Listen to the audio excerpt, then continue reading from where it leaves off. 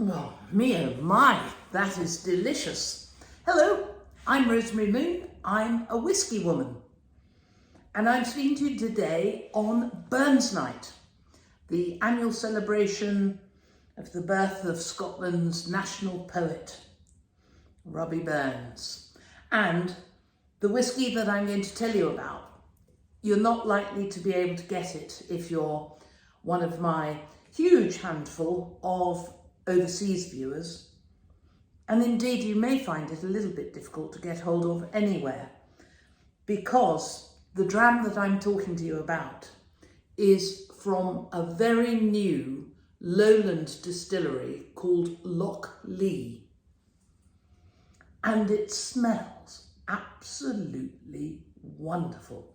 Now, I want to say first off, as I pop the bottle up there on the barrel, that generally speaking, I'm not a fan of fancy barrels. I think they're very often a triumph of style over content when it comes to whiskey and or other spirits for that matter. And I think they can seduce the eye and leave the palate somewhat disappointed.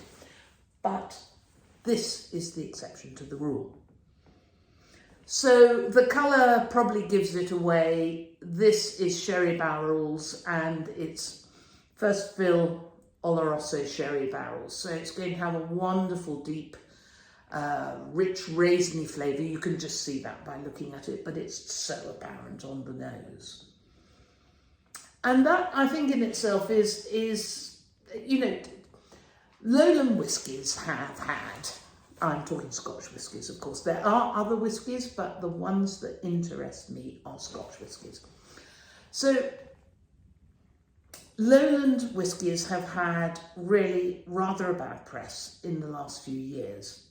But Lochlea, it's really exciting. It's a farm distillery, basically. It's a grain to glass operation. And why I want to tell you about them today is because it's the farm where Robert Burns spent his youth. So he wasn't born there, but as a young man, he worked there on his father's farm. So if you like, that is a massive USP for whiskey being produced on this farm. Grain to glass, it gives them risk, but it gives them the perfect opportunity to manage their crop and to just be on it at exactly the right point whenever they want to go into production or start a new spirit off. And the edition that I've got is no age statement at the moment. They've been going a few years, but I would say under 10. The edition that I've got is their Fallow Edition. Now, if you're in the UK, you may well be able to get this for around £50 or just under, which is an amazing bargain. And I do want to give a big shout out at this point to my friends at the Good Spirits Company in Glasgow who put me on to this. So a luscious nose, and you know, despite the fact that it's obviously sherry butts, it's 46% by the way, there is something quite buttery fruity in here as well. It is a very complex nose and it's delicious. So, no age statement. Am I leading you on? Am I trying to make you want too much from it?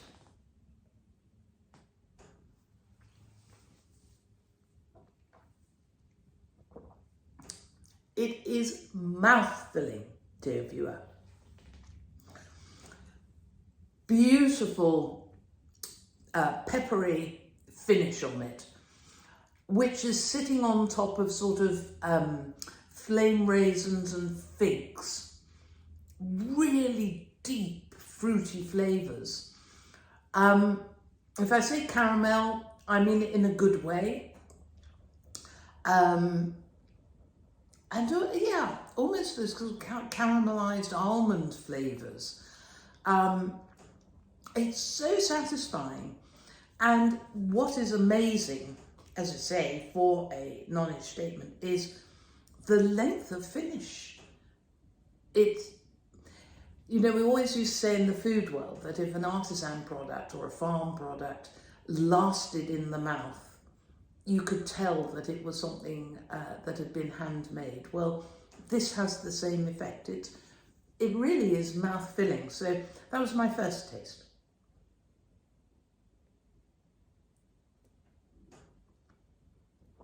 Now, as always, on the second taste, it's calmed right down. I get more of that sort of almost buttery, figgy flavours.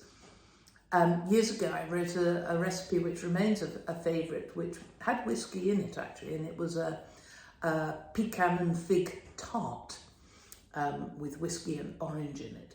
And, oh my goodness me, I should have made one to try with this, so I could dribble and get in a terrible mess while I was talking to you.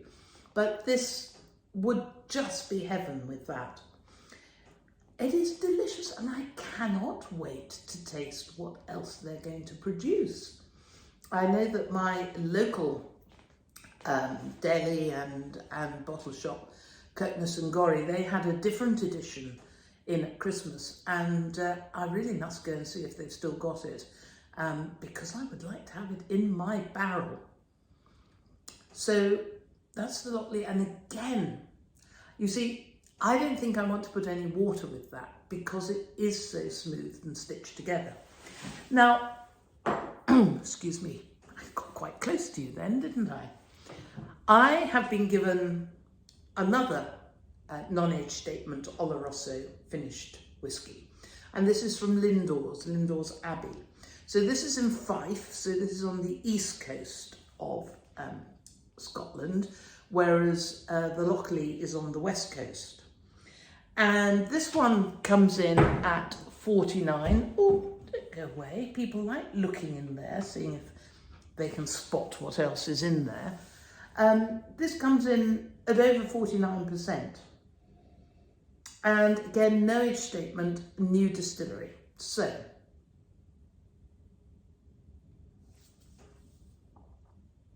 I should have said that the nose is much, much lighter. But when I was given this whiskey, it was in a paper bag, all, I was going to say sellotaped. There are other sticky tapes available, all taped up so I couldn't see what the whiskey was. And I knew it was young, and I knew it was in a fancy bottle, and that was where I had got to. So this is quite brash. It's, I mean, 49, I think 49.6. There's a lot of tannic edge to it, and it really needs the Oloroso sherry barrel, sherry casking to tame that. And I'm sorry, I was given it as a present, but you see the bottle, it's, you know, it's all got fanciness on it. This, to me, in a shot, as 49.4, would worry me. That would make me think, is the bottle trying to talk more than the whiskey? And, okay, I've had one sip.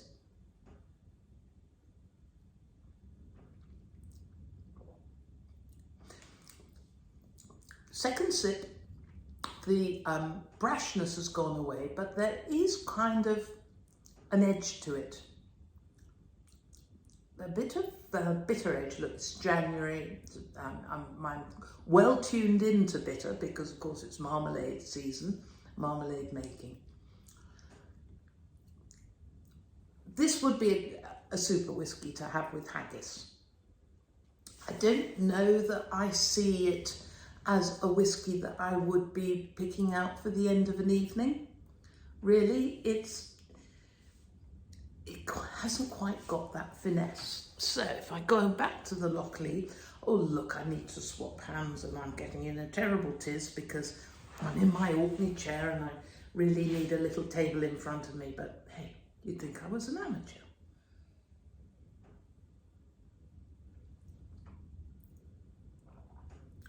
some of you with your smart setups, I probably seem so. I'm just a whiskey woman who loves talking. Oh, that's like coming home. We say that in Orkney when something arrives that you order from out with Orkney. It's come home. But that is like coming home after this one.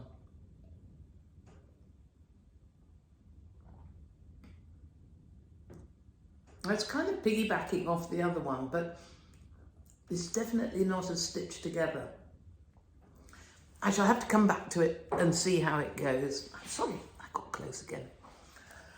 But Lochlea have got their second distiller now, and their current guy is ex-Lafrague, and he has launched some peated whiskies.